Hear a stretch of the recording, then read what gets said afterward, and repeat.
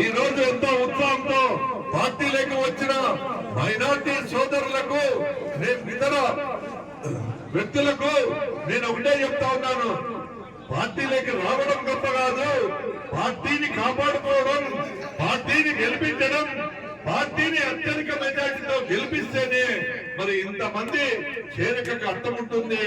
ఈ రోజు యూసుఫ్ ఖాన్ గారి ఆధ్వర్యంలో మరి వందలాది కుటుంబాలు మరి పార్టీలోకి రావడం చాలా మంచి పరిణామం. తప్పకుండా మనమందరం కూడా ఈ 30 రోజులు సైనికుల మాదిరి పోరాడి మన పార్టీని పెద్ద మెజార్టీతో గెలిపించి, పోయినసారి గతంలో కేవలం వాగ్దానాలతో మేము దాదాపుగా 50,000 మెజార్టీతో గెలుపు పొందిన మాట మీకు అందరికీ తెలుసు.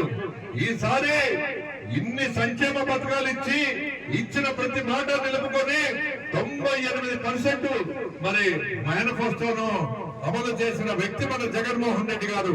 కాబట్టి ఈసారి పోయినసారి 50 అయితే ఈసారి ఎంత మెజార్టీ కావాలో మీరే చెప్పండి అని చెప్పాలి.